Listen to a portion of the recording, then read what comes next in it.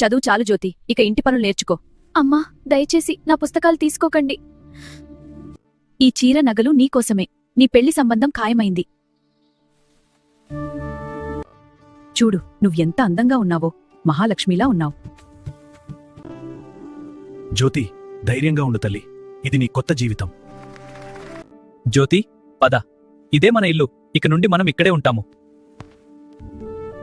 నేనింకా చదువుకోవాలనుకుంటున్నాను. నేను సంపాదిస్తున్నాను కదా, నీకు చదువు ఎందుకు? ఇంట్లో ఉండి ఇల్లు చూసుకోచాలు. కాలం గడిచింది. జ్యోతికి కవలలు జన్మించారు. ఆ ఒక్క క్షణం జ్యోతి జీవితాన్ని తలకిందు చేసింది. ఆ ప్రమాదం తన కుటుంబాన్ని చీకట్లోకి నెట్టేసింది. అసలిది ఎలా జరిగింది? ఇప్పుడు మన పరిస్థితి ఏంటి? మన పిల్లల భవిష్యత్తు ఏమైపోతుంది? దేవుడా, ఎంత కష్టం వచ్చింది! నడకనే నమ్ముకున్న మనిషికి కాళ్ళు లేకుండా చేశావా? ఇప్పుడు మా బ్రతుకెలా? గిన్నెలు ఖాళీ అయ్యాయి, కాని నా పిల్లల కడుపు నిండాలి. ఇక ఏడవడం ఆపేసి ఏదో ఒకటి చేయాల్సిందే.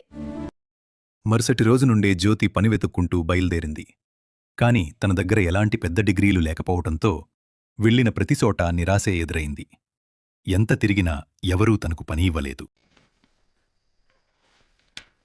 చదువు లేకపోతేనే నా చేతిలో వంట అనే గొప్ప విద్య ఉంది.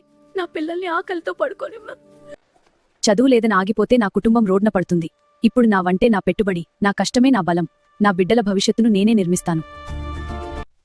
వెళ్ళండి అమ్మాయిలు, బాగా చదువుకోండి. నేను పడ్డ కష్టం మీరు పడకూడదు. మీ చదువే మీ భవిష్యత్తు.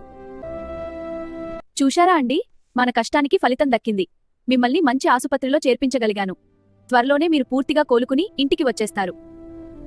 జీవితంలో పరిస్థితులు ఎప్పుడు ఎలా మారతాయో ఎవరికీ తెలియదు. అందుకే ప్రతి అమ్మాయి చదువుకోవాలి.